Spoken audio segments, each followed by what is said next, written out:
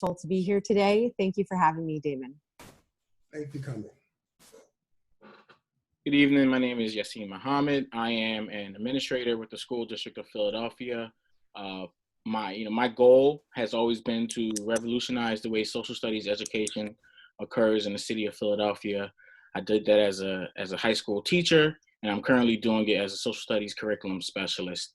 I'm also the co-founder of the Philadelphia Black History Collaborative, which is an organization that's focused on enhancing and defending the teaching of Black history across the city of Philadelphia through educational initiatives within the School District of Philadelphia, as well as through our grassroots community work.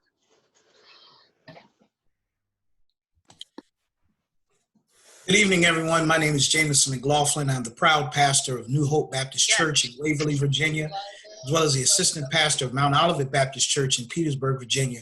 I serve on several boards and committees, including Communities and Schools of Petersburg and Downtown Churches United, the Cities and Schools Partnership.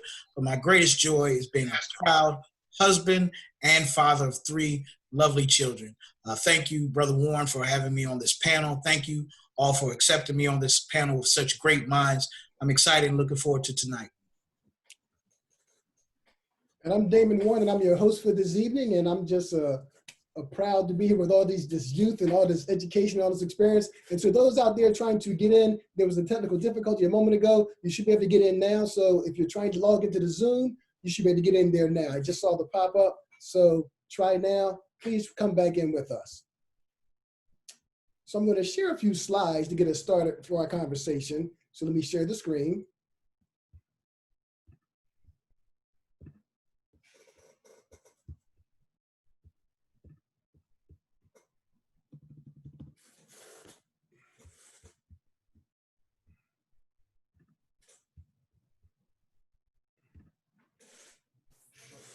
So the goal of our session is to unpack the hypocrisy of oppressed people's relationship to the celebration of the 4th of July. That's our overall goal.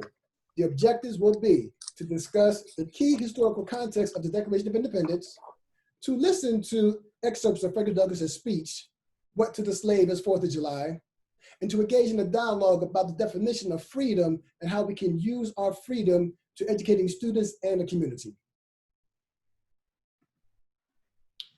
So the first thing we're going to do is take a look at this snapshot here, and I'll make sure that my panelists have an opportunity to speak to it a little bit. So please chime in if you desire.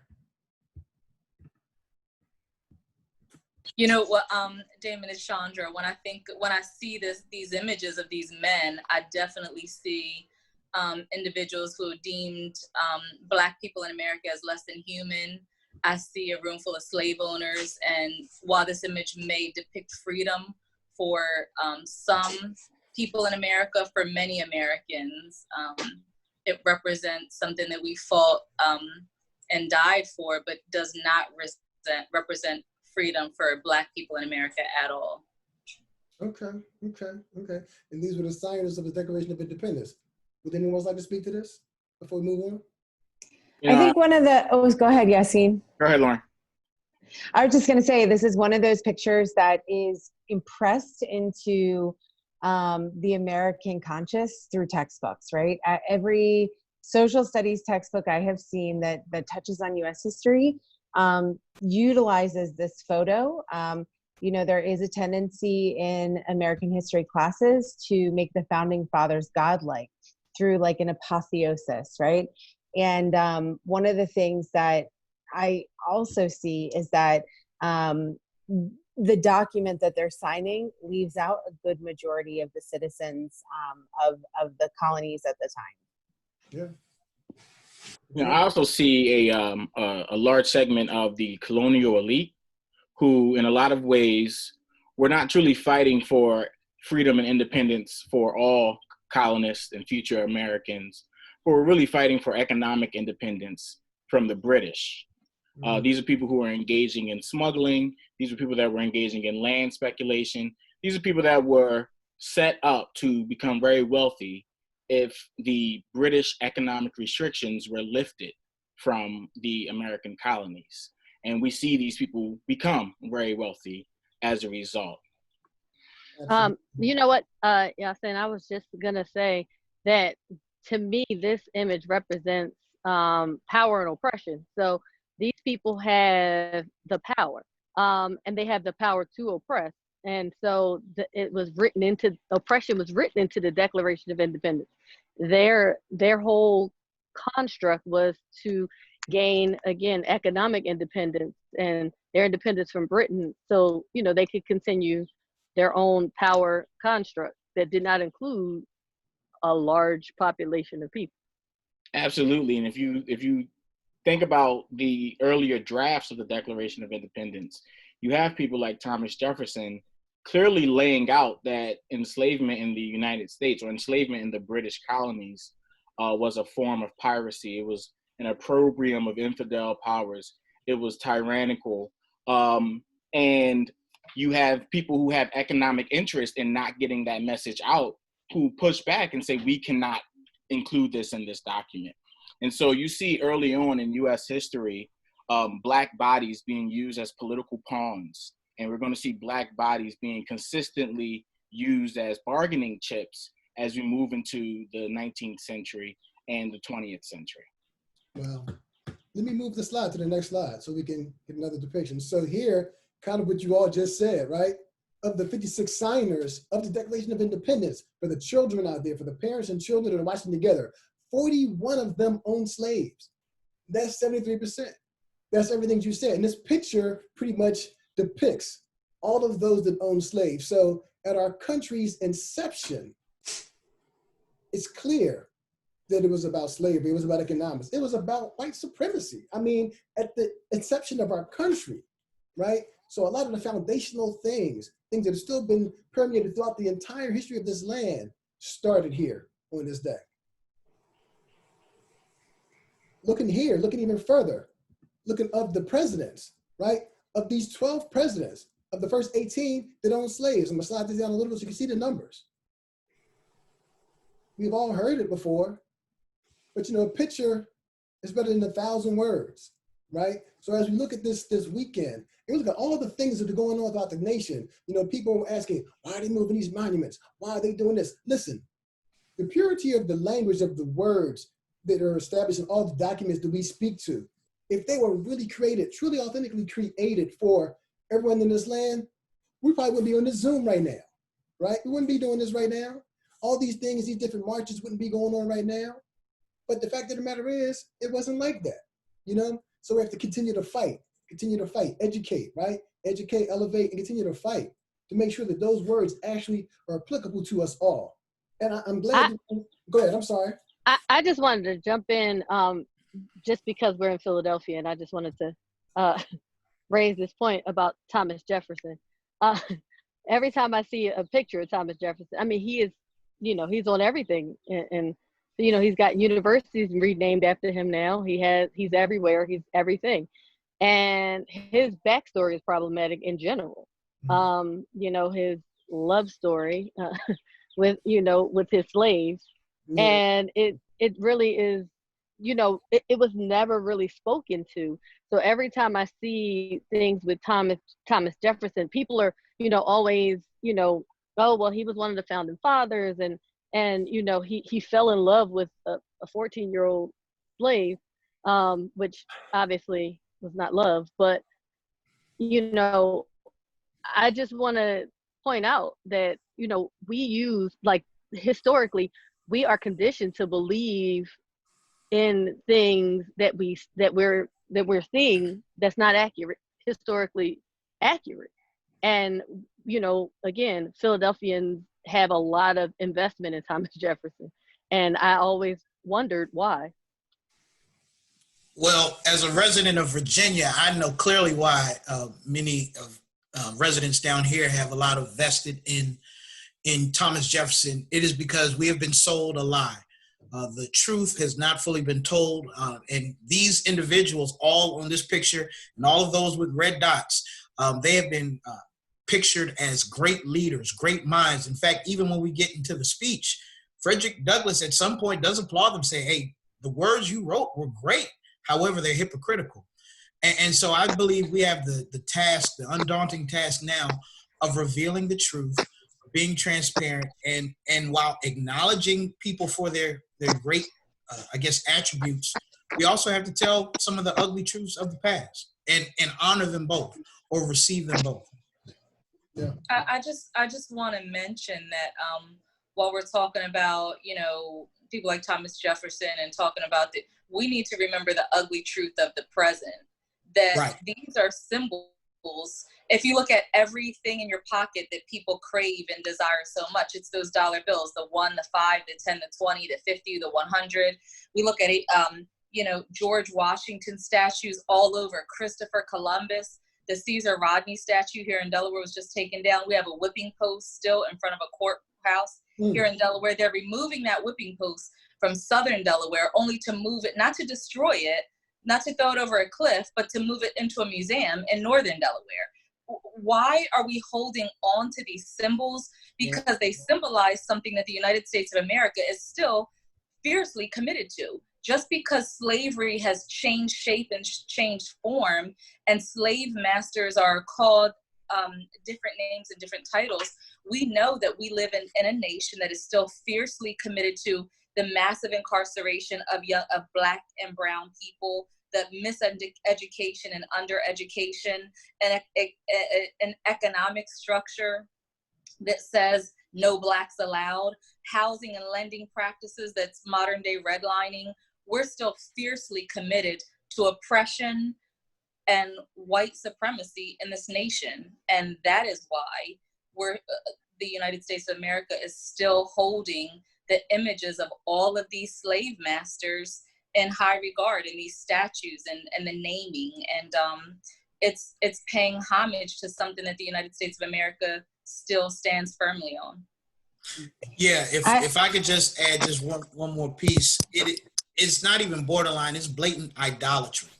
Yeah. They've made these statues and these figures gods, and without acknowledging, as we've said on numerous occasions, the ugly truth. And as a Christian, you can't see God if you're placing this person as your God. And so we have a lot of soul searching to do as a nation. I'm in Virginia. I've been to the monuments. I've been on Monument Avenue several times. For those that are unaware about the story that's going on down here, about all of the monuments being torn down, and it is literally two sides. There's so much division, so much tension. So we still have a long way to go. But like Frederick Douglass, I still have hope. And I look at this piece too, and I think about the amount of elementary schools, middle schools, and high schools that are named after individuals that are on this sheet, right?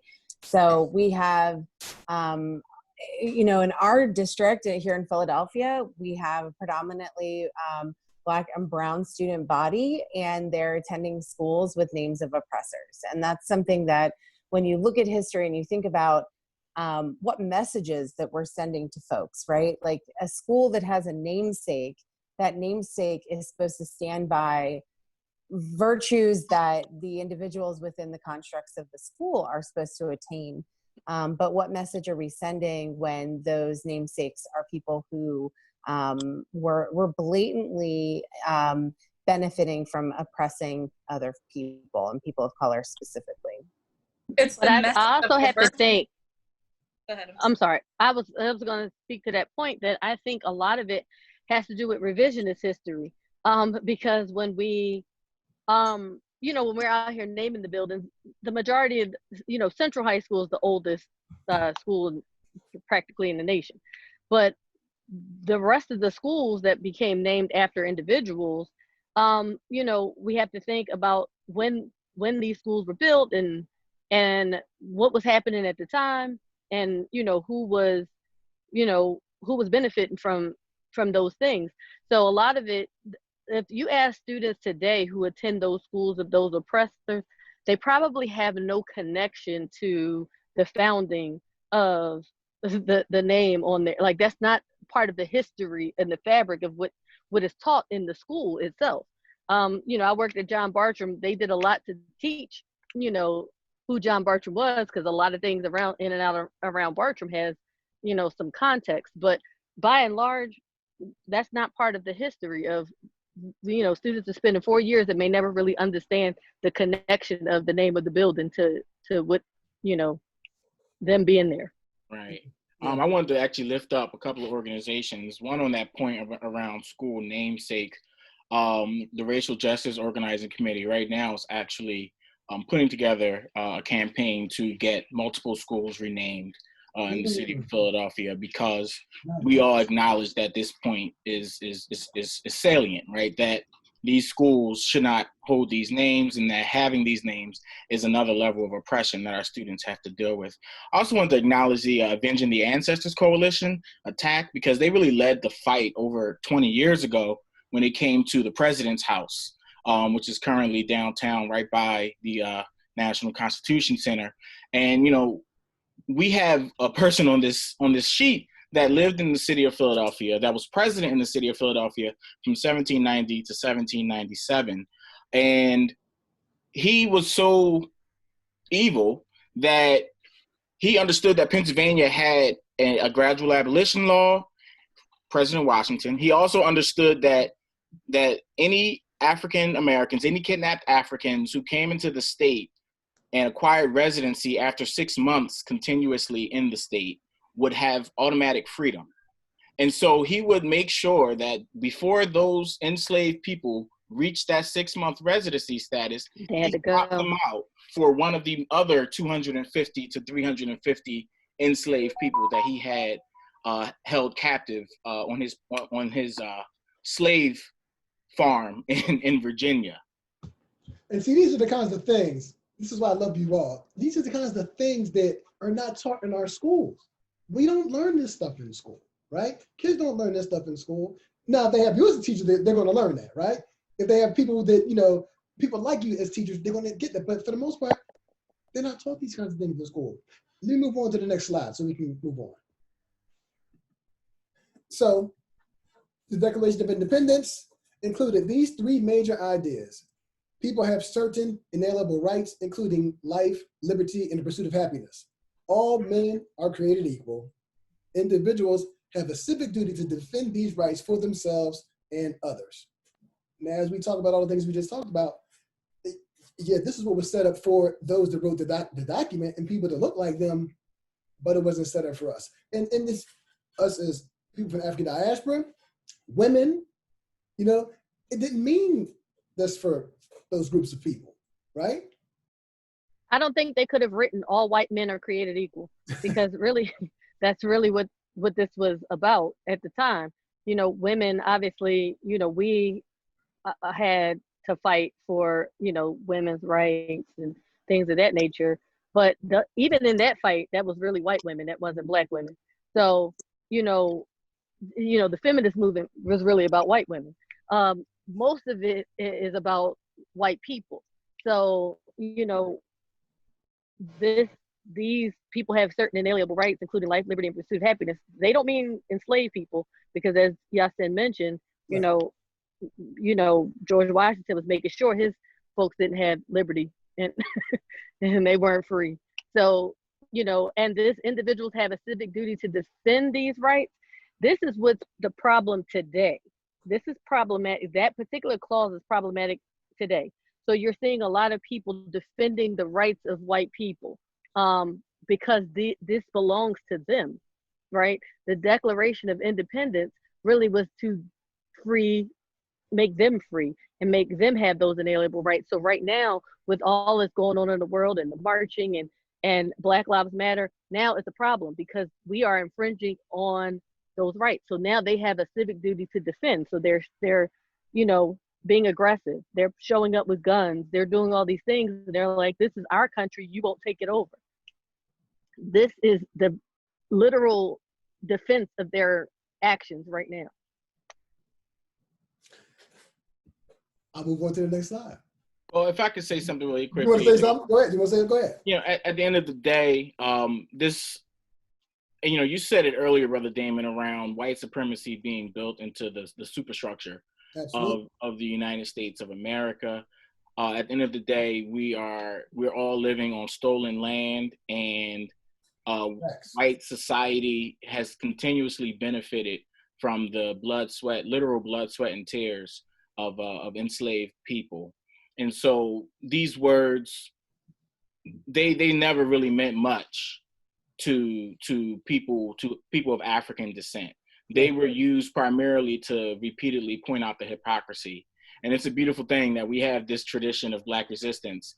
And at every point when you look at Black resistance, you see these words being used and thrown in the face of folks who are telling them to sit down, be quiet, and wait.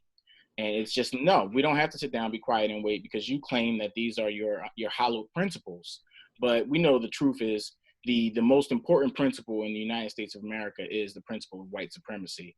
It has guided most of this nation's history, and it's something that we have to continuously fight against. Absolutely. So the topic is what did the slave this 4th of July? So on the eve of the 4th of July, we're going to show a little small video clip. And let me give a shout out to Lauren, because awesome. I had the other video.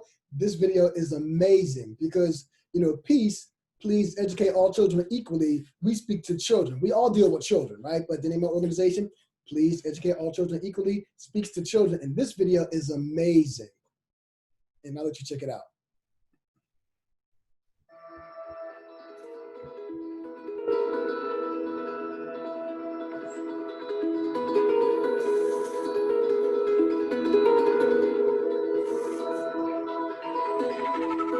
Do I look there or look there?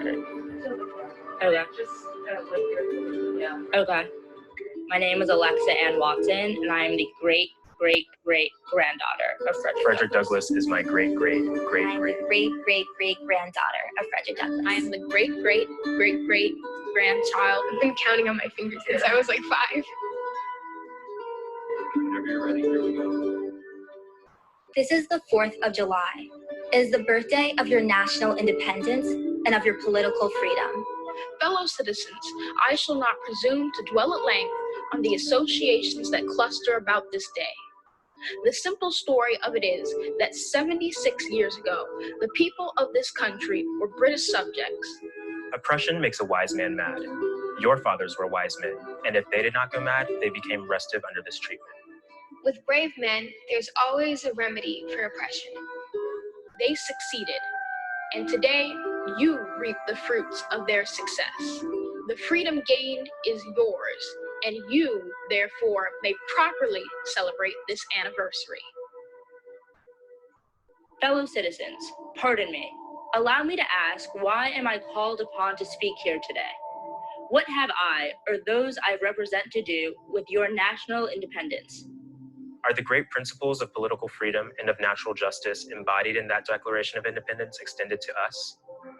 I am not included within the pale of this glorious anniversary. Your high independence only reveals the immeasurable distance between us. The blessings in which you this day rejoice are not enjoyed in common. The rich inheritance of justice, liberty, prosperity, and independence bequeathed by your fathers is shared by you, not by me. The sunlight that brought life and healing to you has brought stripes and death to me. This 4th of July is yours, not mine. You may rejoice, I must mourn. Fellow citizens, above your national tumultuous joy, I hear the mournful wail of millions. At a time like this, scorching irony, not convincing argument is needed.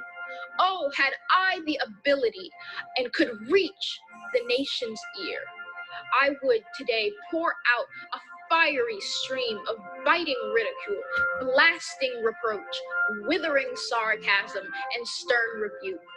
For it is not light that is needed, but fire. It is not the gentle shower, but thunder. We need the storm, the whirlwind, and the earthquake. The feeling of the nation must be quickened. The conscience of the nation must be roused. The propriety of the nation must be startled.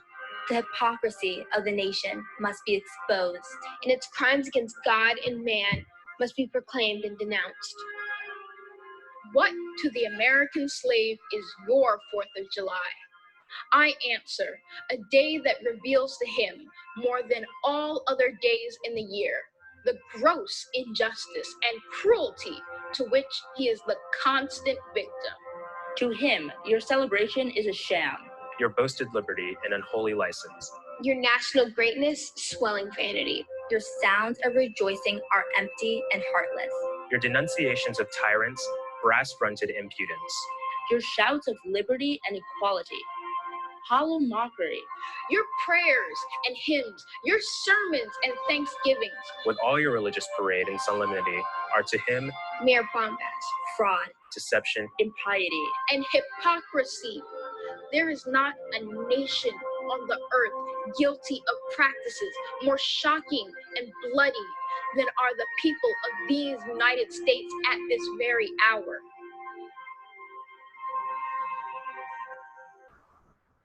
Allow me to say in conclusion, notwithstanding the dark picture I have this day presented of the state of the nation, I do not despair of this country.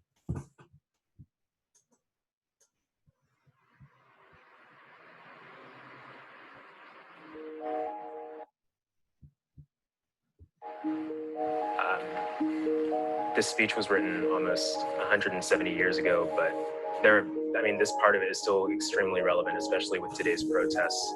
I think that when people are oppressed, they feel silenced. And if someone feels silenced, they get angry. There are certain tactics that you need to use to get people to really hear your voice. And it's not always going to be just like a very calm discussion. I think he's mostly talking to the people who are already on his side, but believes that they can still try to talk this out, or that things are still justifiable. I know a lot of people at the time were saying, and people now are still saying, that it's not as bad as it could be. While the 4th of July probably does not feel the same to me as it does to others, I wouldn't say that it has no meaning, because it is the time when America as a country became free from another country.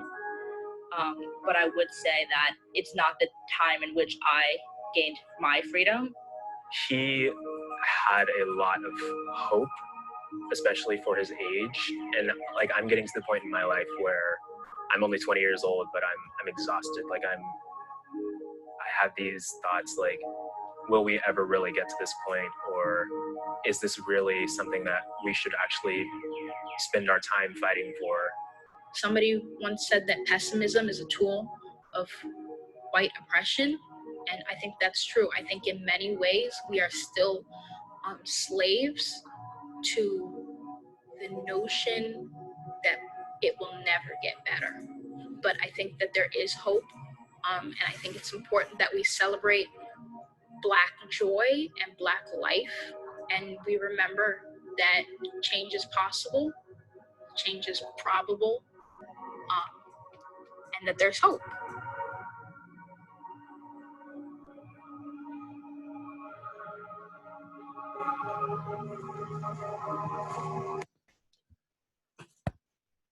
So that video was just awesome. You guys can hear me fine? Yes? Yes. That video was awesome and amazing. Wow. We're going to get into some questions and some Q&A here in a second. Wonderful video. Wonderful video, you know. Well, It's cute that the kids had hope, though. That's one thing Yeah. about children I can say that which is why I've done this for going into my 18th year, that the kids really believe in humanity. Like, they really believe in the hope of humanity. So they really were optimistic, although, you know, that the intent of their ancestor wasn't that optimistic. He had some optimistic points in there, but it really wasn't that optimistic at the time. But they really believed that change is possible. Yeah. I also want to elevate the context of the speech too. I mean, you know, many of you have already hit on this before, like where the, you know, sort of movements and cross-racial relationships during movements matters. And here is a great example. You know, he's speaking for the Rochester Ladies Anti-Slavery Group, right? And so this reminds me to think back to the wisdom of the people that came before us and to look at how this wasn't done right, because ideally he's speaking to people that he has similar ideals around anti-slavery work, but they're not, you know, certainly not necessarily doing all of the work that they can for Black people during this time period. And sometimes they saw their commonality or their proximity to Black people as some sort of abolishment of their own sin of being part of the system, and also by receiving the benefits and the privileges that come from being white in the system, even as being a white woman. And so I know that, you know, that continues to be an issue today. I mean, one of the things that we talk about often is that having these conversations with liberal people can sometimes be more challenging than the overt racist. And also we know that, you know, feminism was often exclusive for white women. And I would imagine that in the same space where anti-slavery movements were also leaving out Black voices, and organizations of white people attempting to do work for good were continuing to miss the mark because they weren't listening to the experiences of Black people. And I think that that is just really important in the context of understanding who he was giving this speech to. So let's get us a few questions here. And I'm gonna go in order of the ladies first. So Chandra, you'll be going up first. What does it mean to be free in an American context? That's a very interesting question. I mean, being free means to be without fear and to, you know, be able to raise your children really focused on the health and wellness without worrying about, you know, attack and slaughter on a daily basis, being able to, you know, build wealth without any inhibiting factors, to be able to live and thrive and, you know, really succeed in life and function, and even just to the basic movement through life, just based on your own personal capacity, your own personal inhibitions, without having bars in front of you and barriers in front of you and hurdles in front of you that are deliberately put there for the purpose of oppression. I mean, we have enough to deal with just as human beings moving through the world without having deliberate oppression, miseducation, stops and blocks at every turn just because of the color of your skin. So it's interesting, a white man asked me this question: what does freedom mean for Black people? The same thing freedom means for white people. What does freedom mean for Black women? The same thing freedom means for white women. So, you know, what is a great education, access to education mean? What do Black kids need to learn? The same opportunities that white kids need to learn. So freedom means a knowledge of self, knowing our history, a consciousness of our present state of mind, and to be able to move without the inhibiting factors of racism, prejudice, and oppression. And I would add sexism, but racism is far greater. Okay, thank you. Same question, Lauren. Yeah, I think freedom is also the ability to challenge your systems, your country, your government, when you see that the system is holding other people back. You know, freedom is that, again, just echoing the same sentiments of having access without having to fight through various levels of red tape to get ahead. Freedom is being able to also not be fearful walking down the street that you're going to be apprehended by the police, or that violence is going to occur to your body because of the color of your skin. You know, and this is something that I've used to try and explain that privilege to even loved ones in my own family. You know, I don't know any white person that has had somebody kneel on their neck for, quote unquote, maybe utilizing counterfeit money, right? Or being suspected of utilizing counterfeit money. That's a freedom, and that's a privilege that I have because of my whiteness, that I can walk down the street and know that that will not happen to me. And we're not all free until we know that that will not happen to others based on the color of their skin. Melissa? I believe that Chandra and Lauren pretty much said most of what I was going to say, but I will add that, you know, we have to also have freedom in our minds. We need to free our minds from the conscious or subconscious white supremacy that permeates within us every day. So, you know, a lot of us are barriers to our own freedom because we don't believe that, you know, we can be free. So, you know, it's kind of like that, you know, what people are claiming that Harriet Tubman has said, that, you know, if more slaves would have known, you know, she could have freed more slaves if they would have known they could be free. But ultimately, that's part of our problem. And I'm seeing that, you know, I use this example with my husband, you know, sometimes, you know, with him as a supervisory role in an organization, the first thing a Black person would do when they need support is come and ask for the white man in charge, as if he cannot be, if you cannot believe that Black people can rise to a certain position because they're Black. Now, granted, there are a lot of barriers to that, obviously, glass ceilings and, you know, just general oppression of us in the workplace and everywhere else. But this idea that we just don't deserve freedom, we don't deserve things, we don't deserve nice things because, you know, obviously we've never had them. So we have to begin to free our minds, and then we can start changing the thought processes and also the way we move. But then there's systems that have to change to support that free thinking that we have. Brother Mac?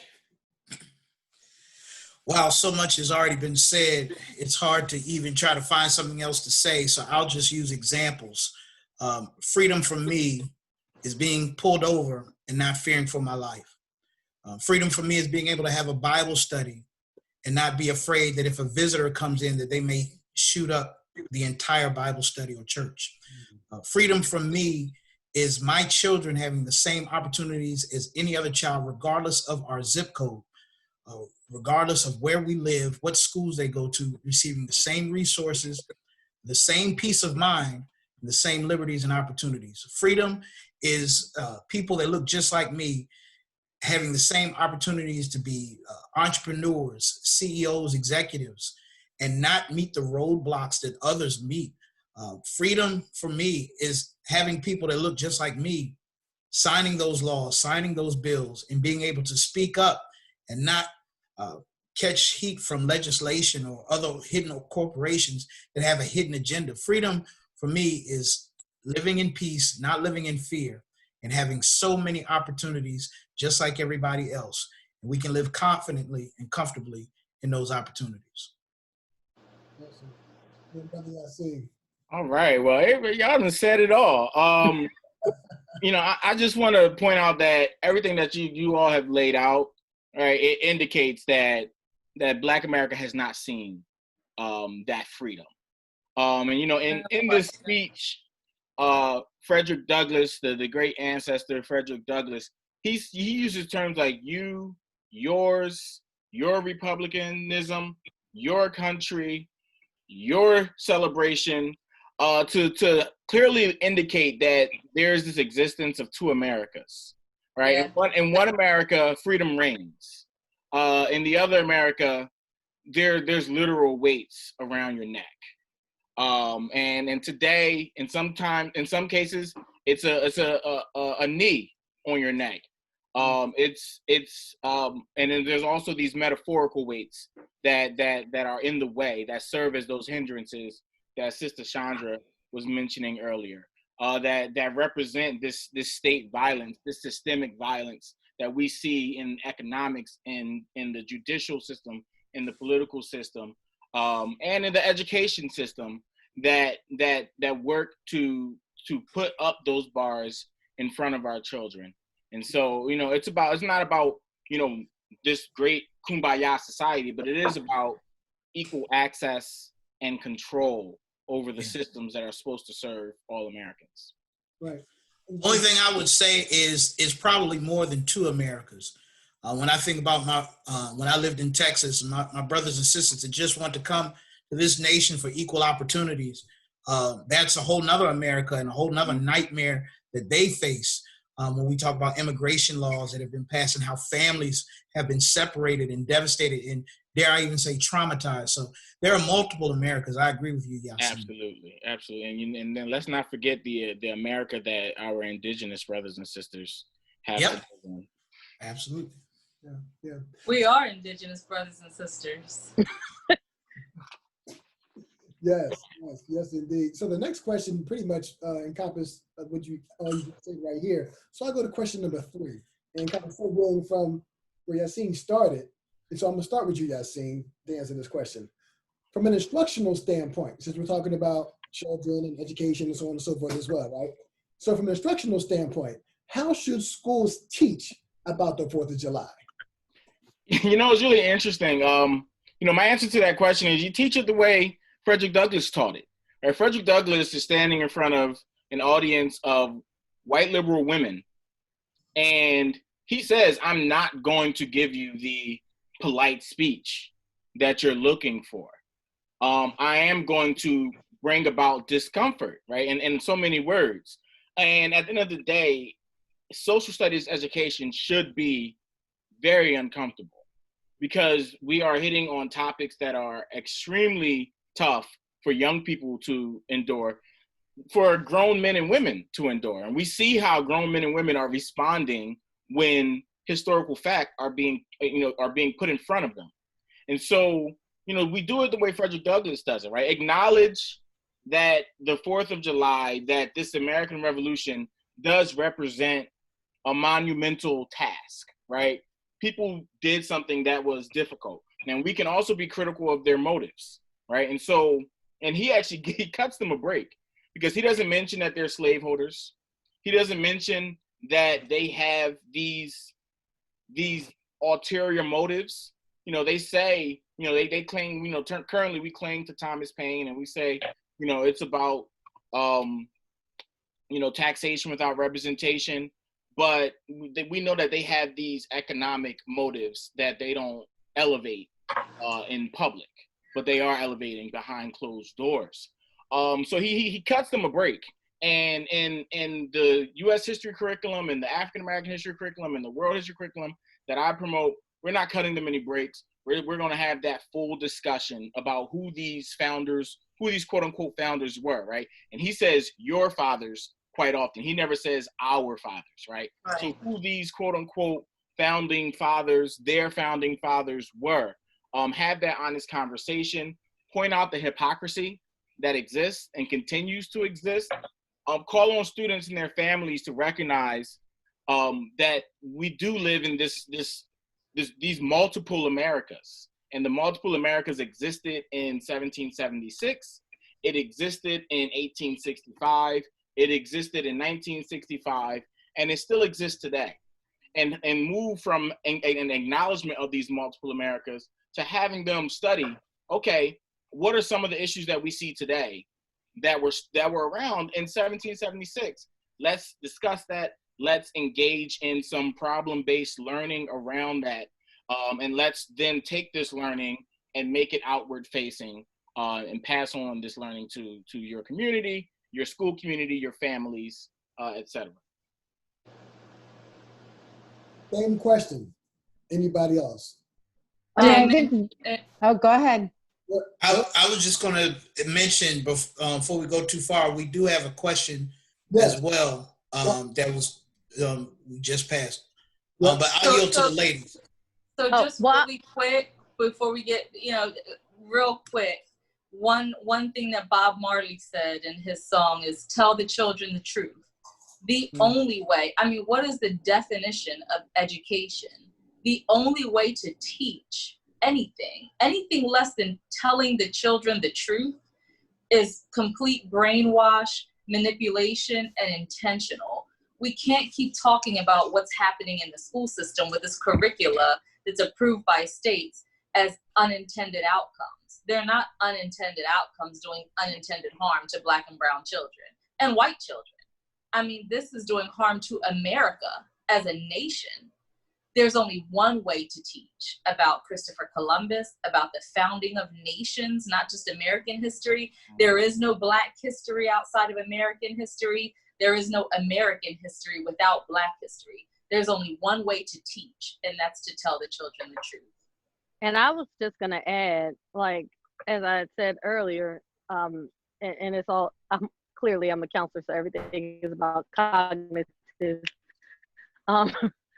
relationship with everything. But in school, the first thing we have to do is the people that are in front of our children have to unlearn what they learned, right? So they have to unlearn all the things that all the things that, because the majority, the majority of people who are in front of our children, our Black and brown children, are not people of color, and even they don't know, right? So at that, at the very basic level, they have to then unlearn and take a real account of what is going on and what has gone on before they can then go and really take an honest assessment of the text that they're about to teach. Like, this is not accurate. So, it's kind of like, this idea, I just recalled taking some students to see Selma, and a particular social studies educator was along for the ride, but didn't know what Bloody Sunday was. Now, okay, maybe you didn't know. That was a moment in our history, but to me, that was a historical context, right? That you should have had the answers to. So again, there's some sort of unlearning that we have to do to reteach ourselves to then be able to teach the young people that are in front of us the accuracy, as Chandra said, the truth. Yeah. And Melissa, just to that point really quick, I think that we're very kind. Black people are far too kind in assuming that we're accidentally, because America doesn't know the truth, that we're accidentally teaching our children blatant lies. And, I totally agree with everything you said. However, I also want to say that this is not out of ignorance. Right. It's out of a high level of intelligence. There have been studies done, and still studies are being done, to understand how to modernize and innovate oppression. And the public school system has mastered it. I ask our parents often, how many of you think the education system is failing? And they all say, yeah, we think it's failing. It's not failing. It's succeeding to do exactly what it was designed to do. However, it is failing our children. It's failing our children and doing exactly what it was designed to do for white people of white supremacist mindsets. Absolutely, right? All education is politics. Yep. And the decisions that people make about what goes into curricula, especially when you're talking about statewide decision making, these very smart people. Right. These are bureaucrats and politicians, right, who have decided this is the narrative that we would like to advance because we want their best interest. Right, exactly. We want our students to walk away with this particular perception of America, this perception of who their heroes are, this perception of the types of national celebrations that they should cherish. And it's up to us to continue the work of pushing out this alternative narrative, this more truthful narrative, because it is very much intentional damage being done across the nation and across the globe. And at the end of the day, social studies and history in our school context are often pushed to the side because they're not tested. I'm not advocating for extra testing. In fact, I'm advocating for the opposite. But I do think that that's a very clear message that it also sends to children, that the two things that are most important in school in this order are English language arts followed by math. Nowhere is social studies part of the charge. We see STEM education being held up and there's a bit of energy behind that. But when it comes to social studies and history, there's a lot less money. If you look at the money, always follow the money. There's a lot less money invested in ensuring that American students who attend public institutions are competent. You know, if you go back throughout our history, we used to have competency testing for social studies, of course, based on a white supremacist narrative, ensuring that you got and checked off all those boxes and which facts you knew and whom were they important to are all things that we should be asking at all times. But I think it's the central role of the social studies teacher, first and foremost, to analyze their own identity and reteach themselves the history, because I went to a school where this is in fact the history that I got, save for the exception of a few amazing teachers who went above and beyond to bring in primary source documents, to attempt to tell more complex stories than what was written in the textbook. But that was few and far between. My experience in white suburbia was that oftentimes social studies teachers were the coaches of a team, and they were placed into what was deemed a less academic space to teach folks. And, you know, it's only if you really lucked out and you got the person who was an intellectual, a critical thinker, that they would try to share those skills with you and ask you to question documents. I had one teacher in high school who did this, and it opened up my mind and started that lifting of the veil that needs to happen for people to process how this country works and functions intentionally. And until we can accept that, we can't face the things that need to be fixed. So I think that echoing the sentiments of other panelists around all white teachers and teachers of color need to experience equity work that's longstanding. It cannot be a sprint. It cannot be a say and spray professional development where you're going to cure racism and change the way we teach in a 3-hour session. It needs to be a long-term commitment to shifting the system that we work in. It's possible, and I see people energized around it, and that gives me great hope being with all of you today. And so I think that my hope moving forward is that we do that identity work and that it carries over into our pedagogy. Nice. I have a question from one of our attendees, actually. I don't want to pop it up on here because I don't want to disturb the screen, but they were able to actually text me also. So it kind of goes back to our first question. It's in response to that. It says here, if the constructs of race and racism did not exist, would that change your definition of freedom? Anybody want to take that? Sure. Go ahead. Ladies first. I mean, well, if there was no such thing as race and racism, I mean, then obviously everyone would be on an equal playing field. However, I don't know, because that's such a, theoretical question. I don't know if it would change the definition of freedom, because then, freedom spills into not only, this sort of racial freedom, but then there's the idea, Jim Crow came along, and then we started incarcerating people, and, freedom then starts taking on several other definitions. So I don't know if racial freedom, if it would have the same meaning for racial freedom, but I do think that freedom is kind of broad. So that would kind of be hard. Yeah. For me, lack of fear and equal opportunities is at its core of any definition of freedom. Based on the context of this dialogue, speaking specifically on race, but if we were talking about human trafficking, then my definition may be a little bit different. If we were talking about debt and how finances can be a form of bondage, my definition may be a little bit different. So my answer is yes and no, depending on the context, but at the end of the day, no fear, equal opportunities for me is at the core of the foundation of my definition.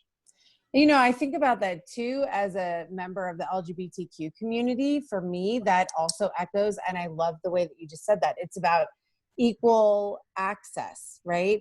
And to be able to walk down the street as you are, as a human being, without fear of harassment or violence is something that's very real. And now, I want to be clear that I don't equate my sexuality with being on par with racism. I think that, again, as another panelist mentioned earlier, there are levels to this. And first and foremost, I think racism is the Absolutely. structure and system that needs to be addressed first. And then when we think of a liberated world where all the isms could disappear, right? Obviously that is like dreamy and a long way forward, but it's something that when we do envision that, it does come back to that idea of being able to be yourself in a society without having to face those fears on a regular basis that traumatize people and add weight to their spirit.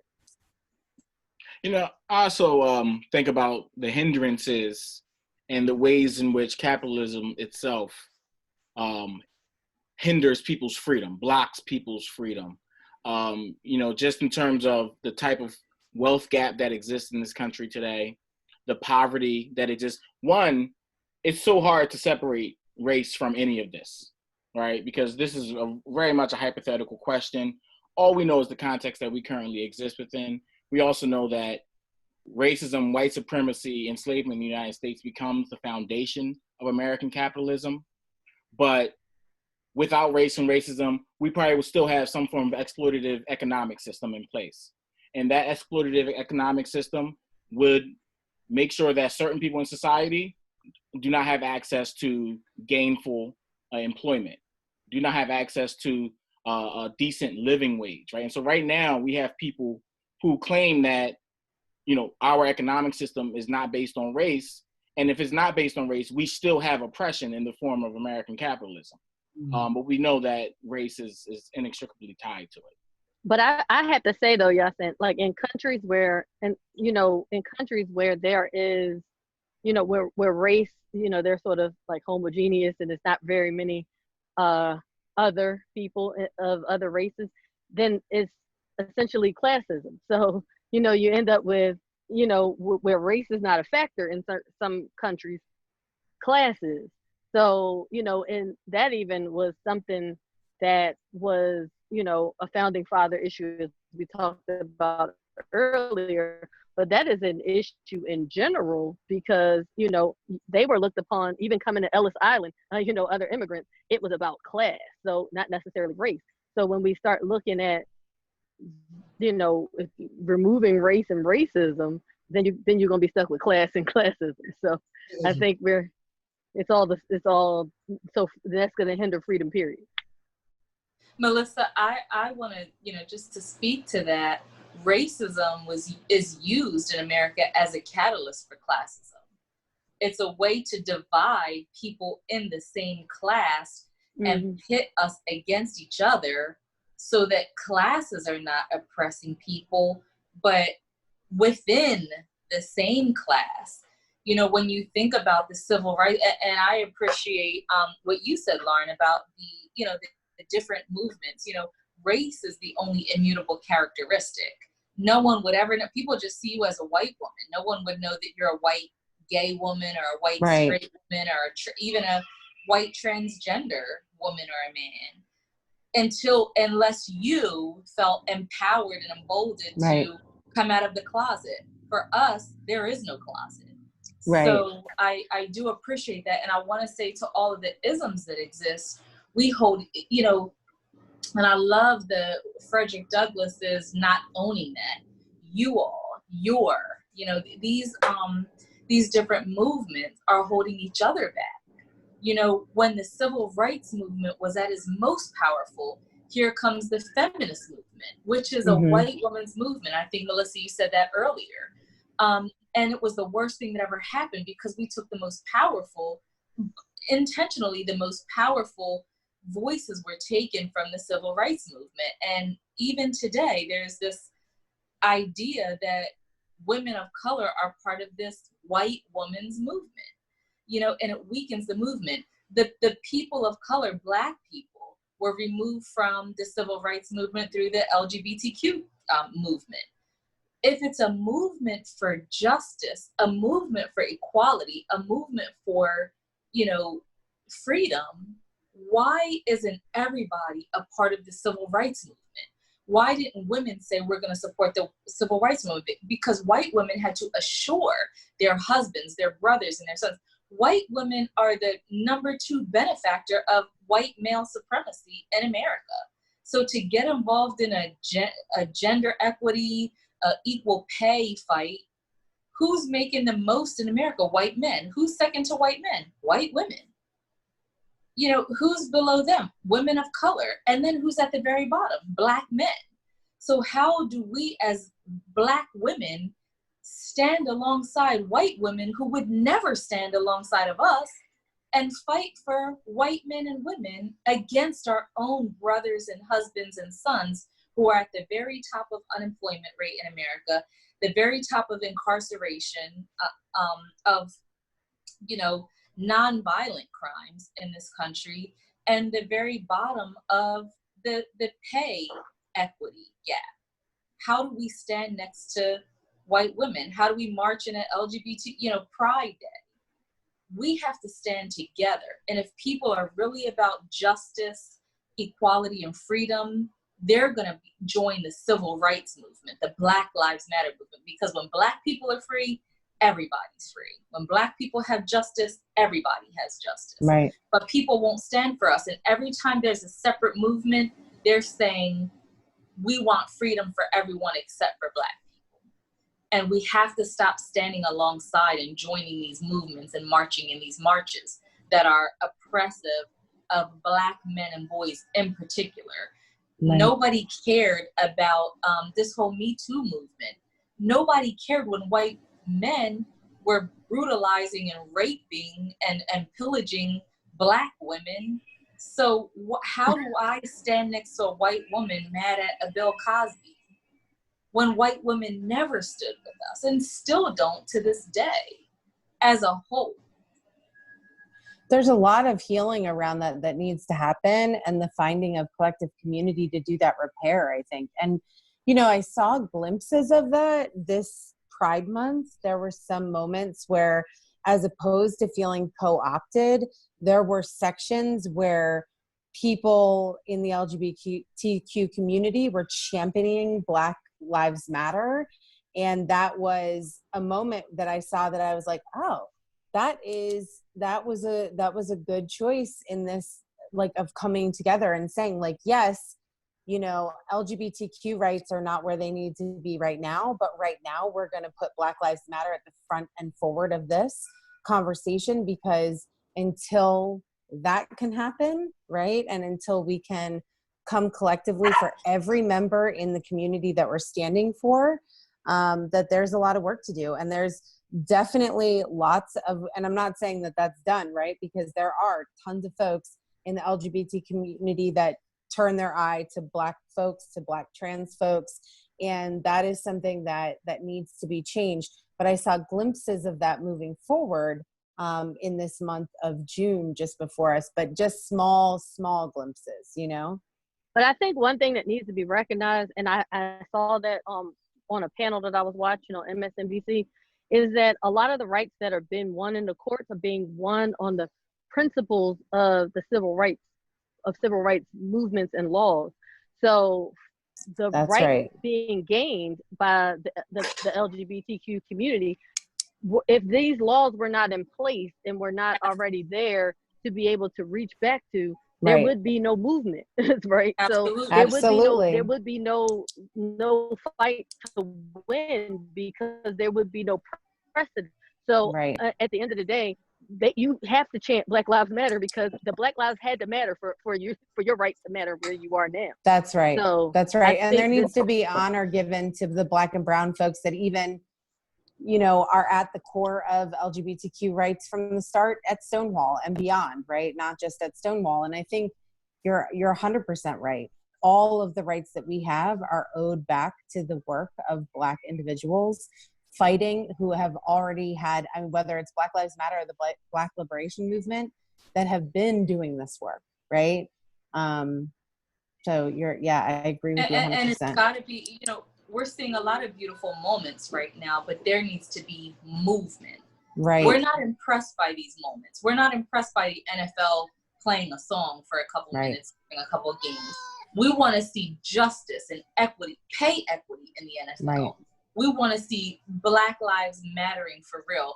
we're just not impressed by all these corporate statements Right. because the black dollar matters to them. Right. We want to see a real movement that says that Black lives matter, and it has to Well, be the players have to free their minds, as we said earlier. Absolutely. Because this movement, the movement in the NFL, as much as, you know, Damon knows I'm, you know, I could coach football if I wanted to, but the movement of Black Lives Mattering in the NFL is totally hinged upon the 70% of the Black lives that play in that game.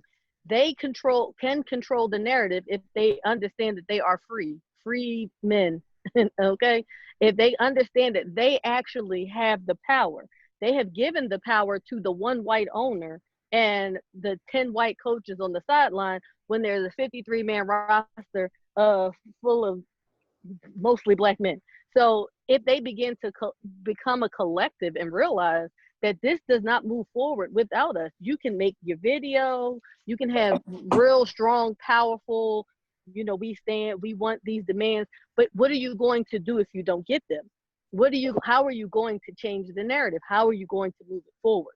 So we have to then, they have to begin to understand that they have to do the work. It's not enough to say we want it, because what bold steps are you going to take as the majority? Because the NFL doesn't happen without you. Right. And I think that's anybody of influence, whether it's pro athletes, entertainers, civic leaders, anybody that has some type of influence can make that change. I was talking to a brother of mine last week about what would the NFL look like if all Black players got up and said, we're going to form our own league, and we're going to play at HBCUs, and we're going to help pour money back into historically Black communities, and, you know, and support the Black dollar and start our own businesses and our own corporations. I was like, what would the world look like if that happened? Another wave of NFL players waiting to make that money because we've been built on miseducation. Look, we live in a capitalistic society, so there has to be an intergenerational. Yeah. You know, we have to shift the power base. You know, starting for us to say, what if NFL play? Look at what they did to Colin Kaepernick. I mean, Right. How many players are on a football team? I don't know. It looks like a couple hundred out there. 53. Those couple hundred moved out. Guess who's waiting? Another couple hundred to move in. So, yeah, there has to be a complete shift. So to start their own league would be like, you know, I did an interview with a Ghana journalist, a radio station in West Africa the other day. And he asked me a question. Do you think that it's time for all Black people to like come back home to Africa, to West Africa, you know? And I said, we are home. We built this nation. This nation belongs to us. We are the indigenous people of the world. We fought for the freedoms that here in the United States of America.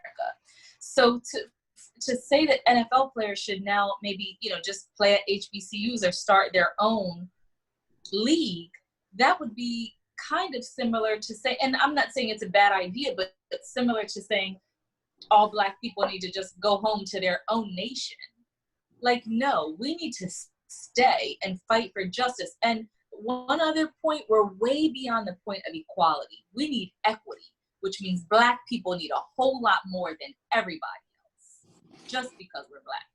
So let me jump in. That was also an amazing question. So thank you. Shout out to the person that started that question, because I'll let y'all go with it. So I'm gonna go to our next question, because we want to try to give some insight to parents also, right? Because we have a lot of parents in here watching from all over the world. And you know, and you guys have inspired me to say so many different things, but I'm asking you the question, so I can't even jump in. I'm not going to jump in on what I have to say, but I will say that. Here's the question. What should parents be doing in the home in light of the fact that you can't trust that their child's teacher authentically engages them through the lens that celebrates their culture? What should parents be doing in the home? Well, I'm a parent of 3 wonderful Black children. Love them.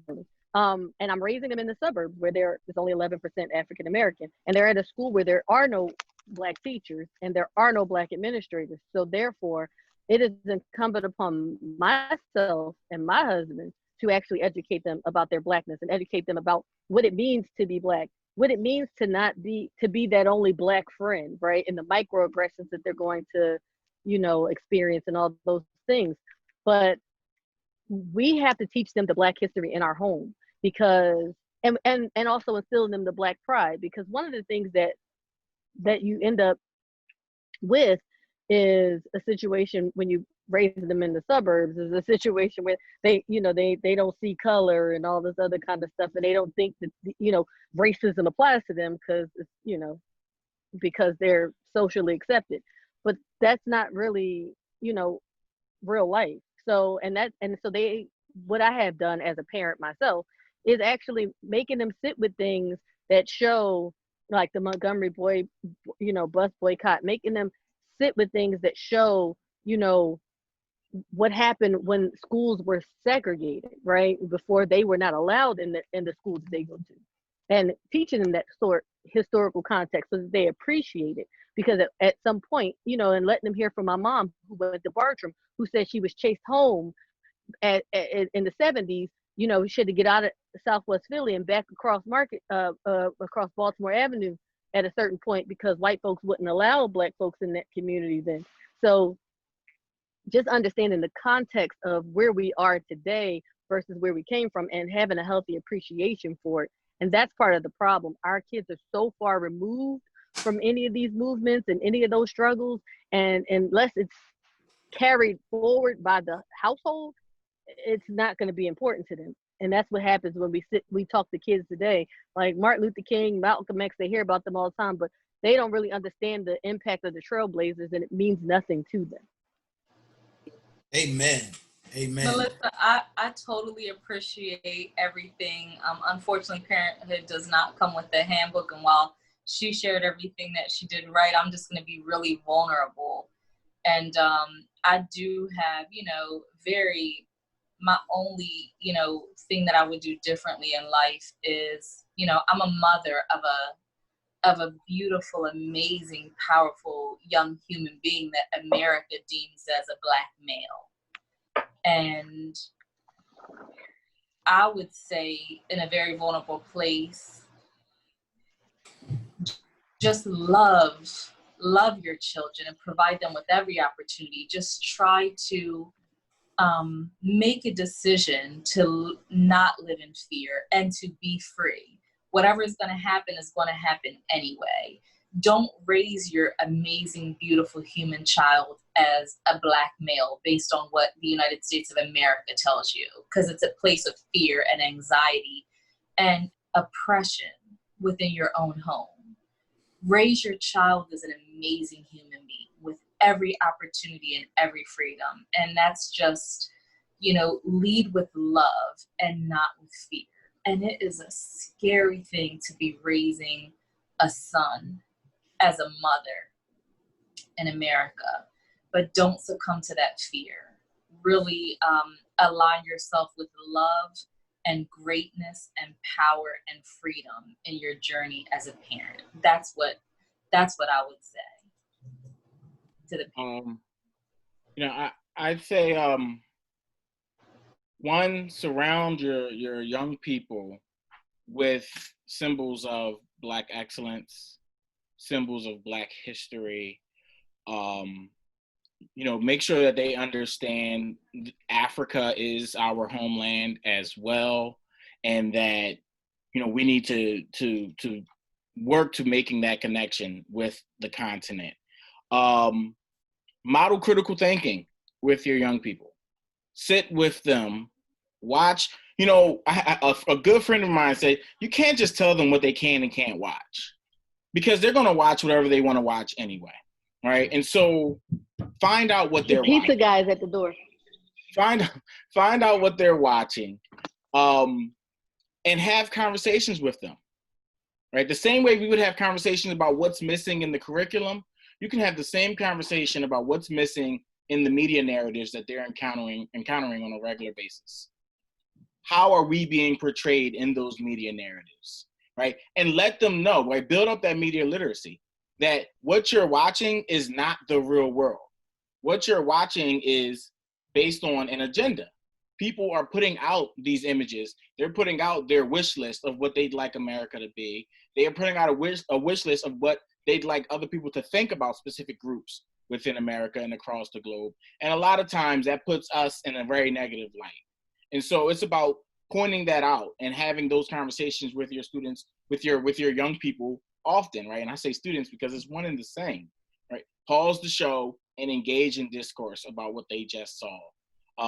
And then, of course, right, show those documentaries that speak to our history, show those movies that speak to our history, and then be critical of those as well, because those are coming from mainstream media sources that oftentimes distort the message in some way to, again, convey the narrative that they'd like to advance.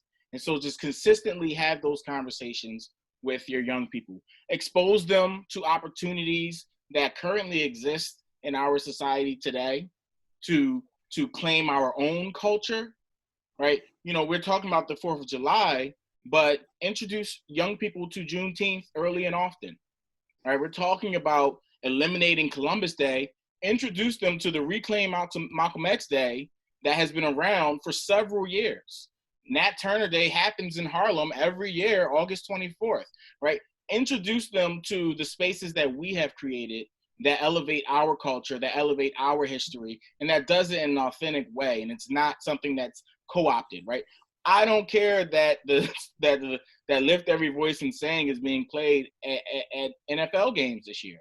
That's shallow. And at the end of the day, that's our content, our work, our movements being co-opted for the sake of the NFL survival.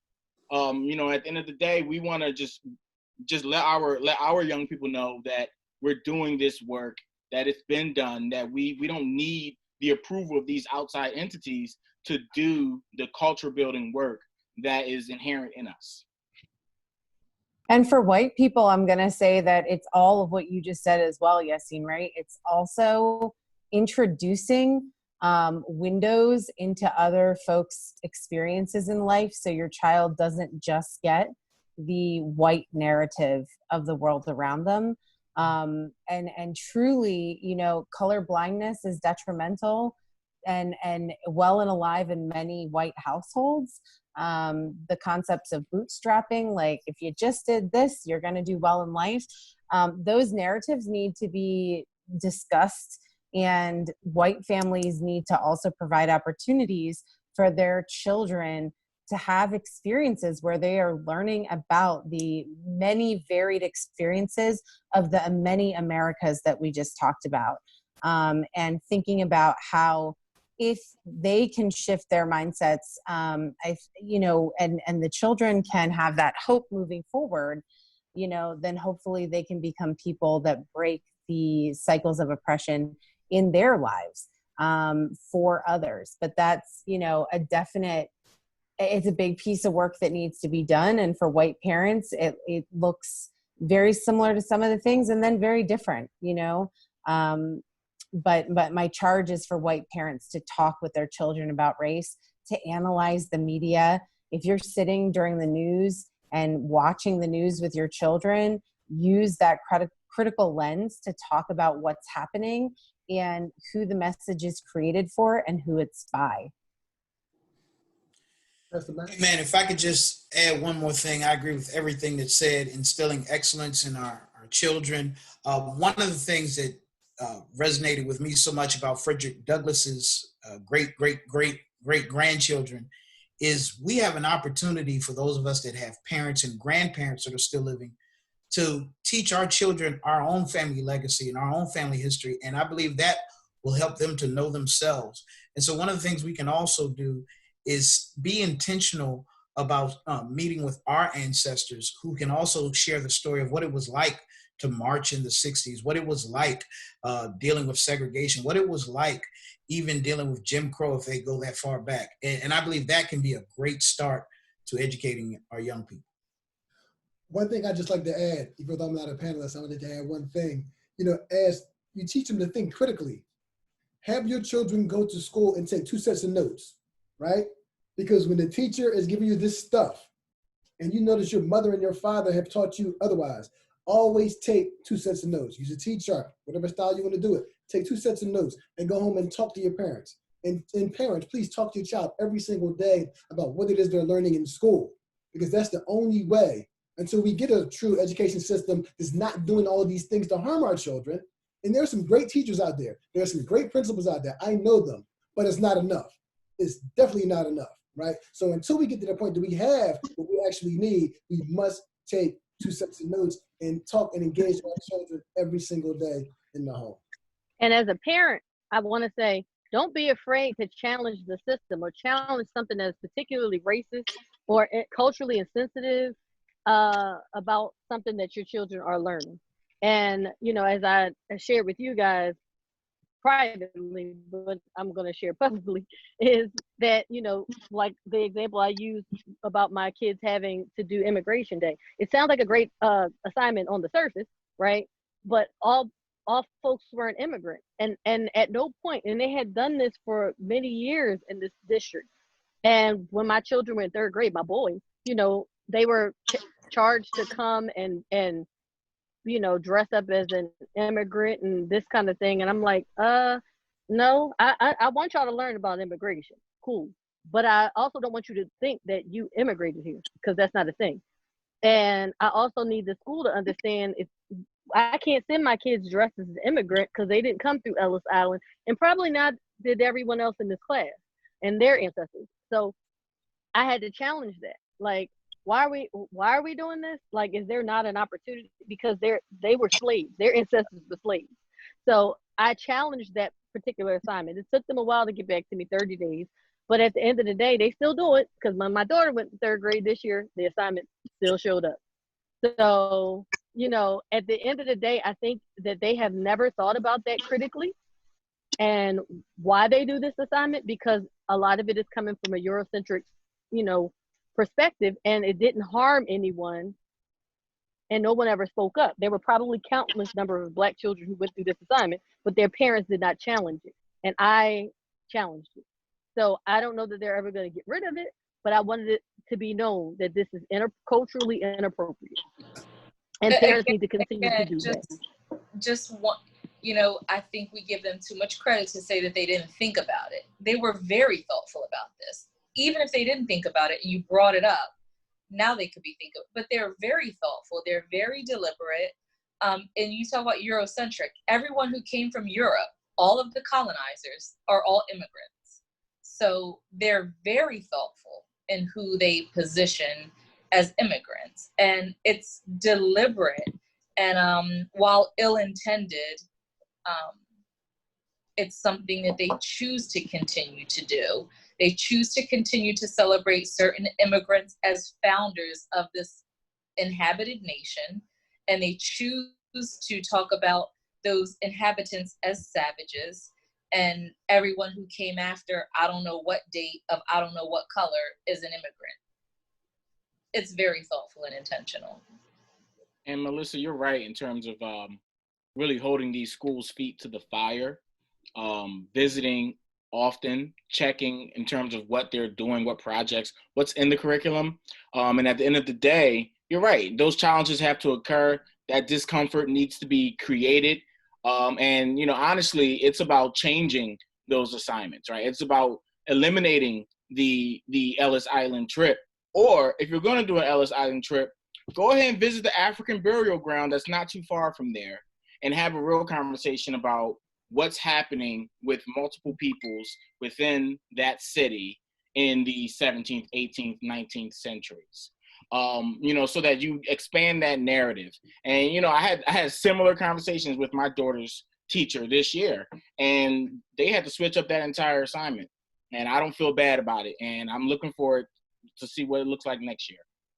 Absolutely. So we're going to go into our last phase of the talk. We could talk all night, like we talked all day the other day, right? Because this is work that, you know, we're all passionate about. This is not even just work, first of all. It's a passion. It's the civil rights, right? Education is a new civil rights movement, right? It should be our movement because education is liberation.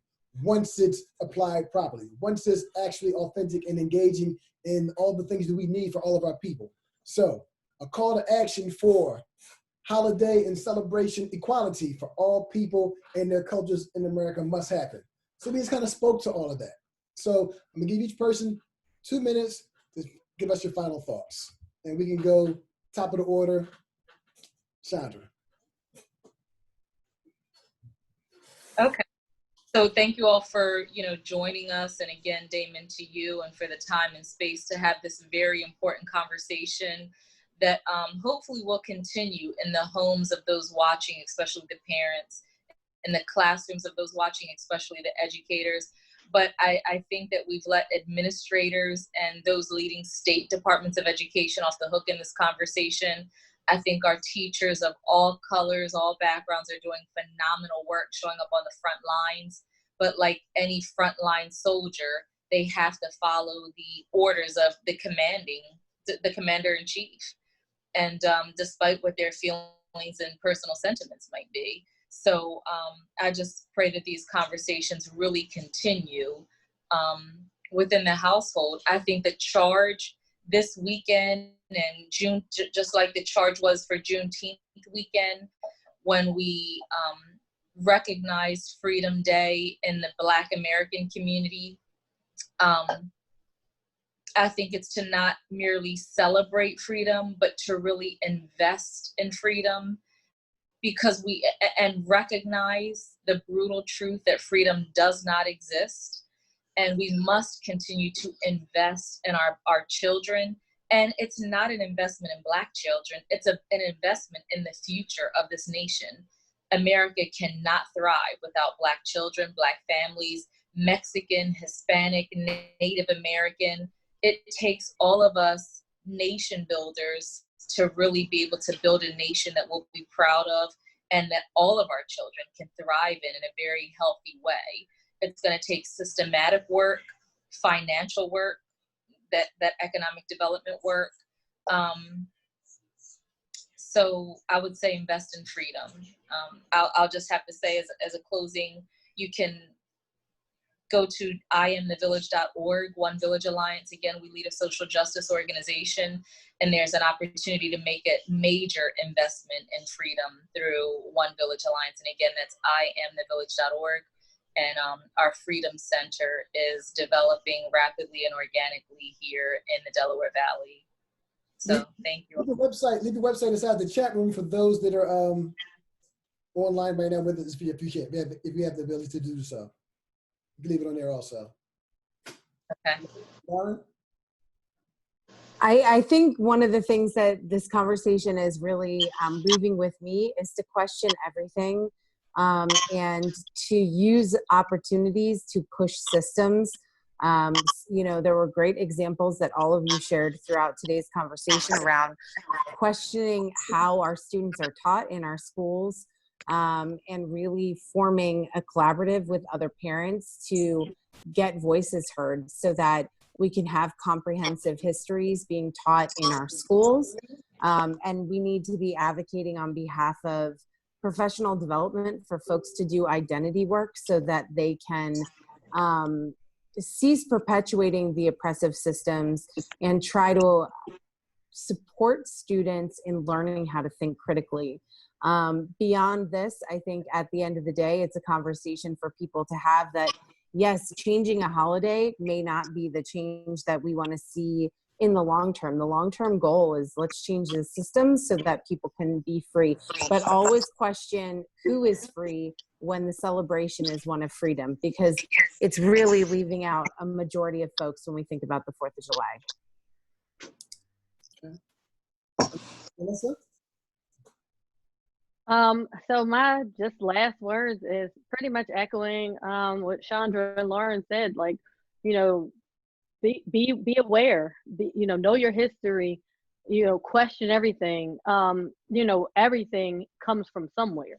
So you have to know what you're celebrating, why you're celebrating it. I know there's this movement, for tomorrow to National Cookout Day. Like, people are just trying to reinvent a reason to still celebrate the 4th of July. But ultimately, without wearing the red, white, and blue.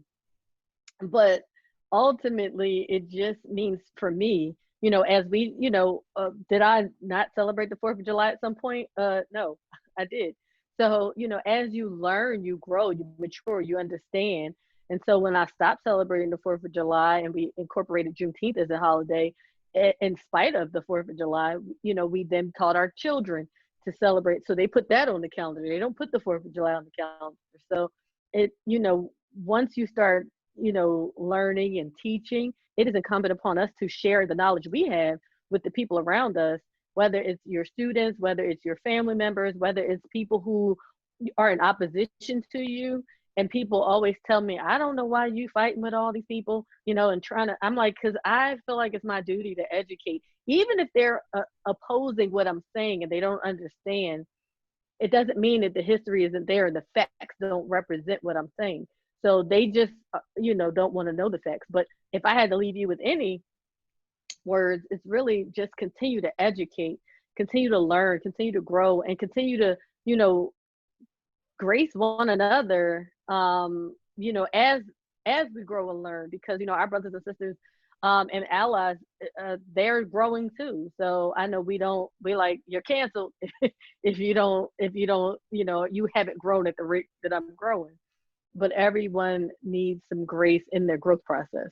So that's what I want to leave you all with. And I have numerous websites. The only one I really want to send you to at this point is my publishing company, because that is the work that I'm doing the most, as an author who also owns a publishing company. So I'll send you to motherpearlpublishing.com.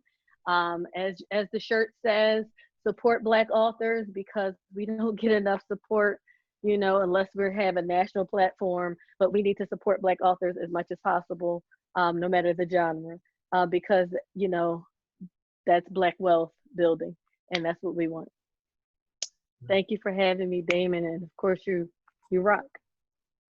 Pastor Matt? I would just say, seize the moment.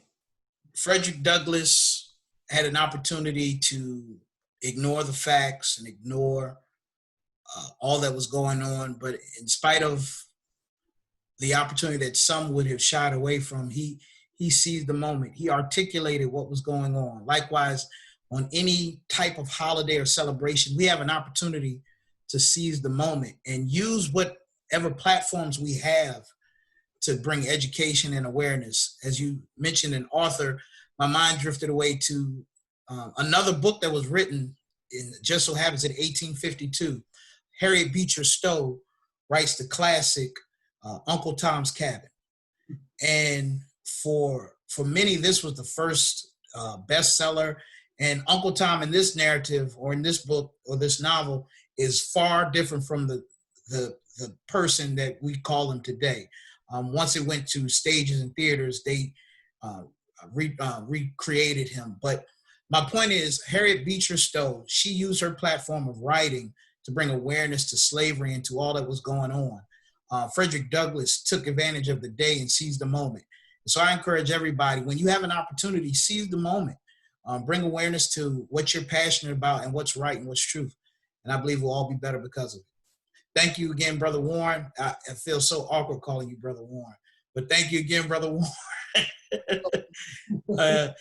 Thank you all. You all have been amazing. I appreciate your intellect as well as your passion for what's right. Brother Yassine. I just want to focus on the young people. At the end of the day, if we put them in spaces that advance false narratives, they come out of these educational spaces unprepared and desensitized to what's going on in the world around them. And so it's imperative on all of us to do the work of combating those narratives in every way we know how, and to politicize our young people to have the proper philosophical approach to the world and the work that we have to continue carrying forward.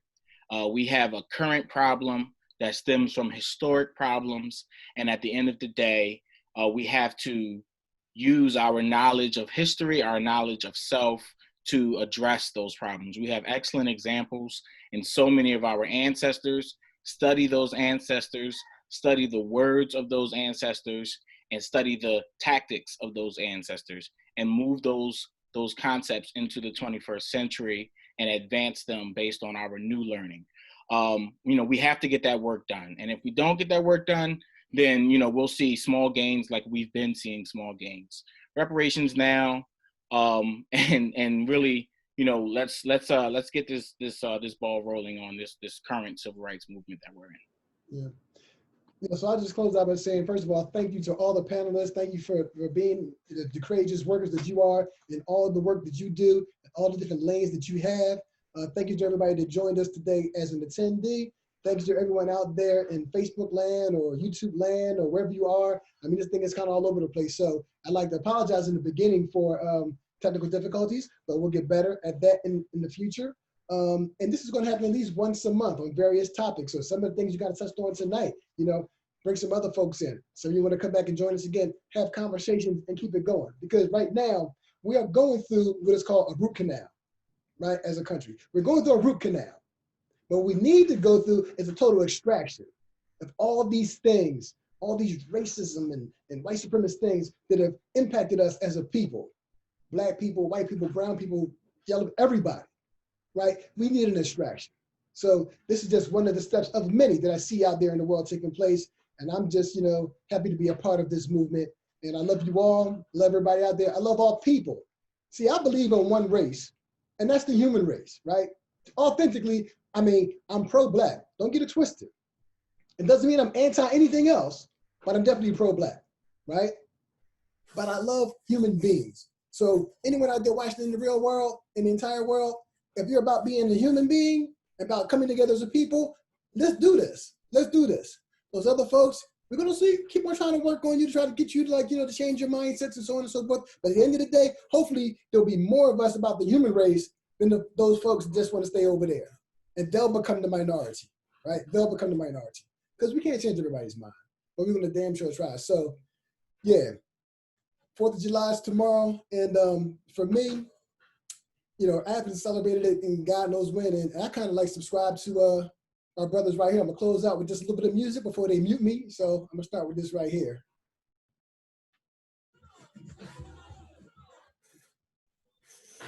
Just a little music.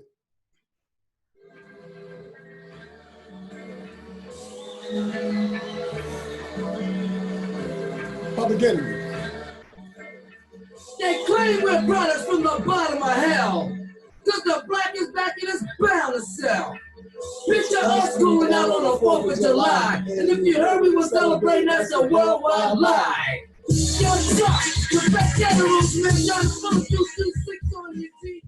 Everybody, peace out there. Facebook land, thanks for joining. See you next month, first Friday of the month, Education Liberation Friday. Peace. Please educate all children equally. Love you all. Peace. Cool.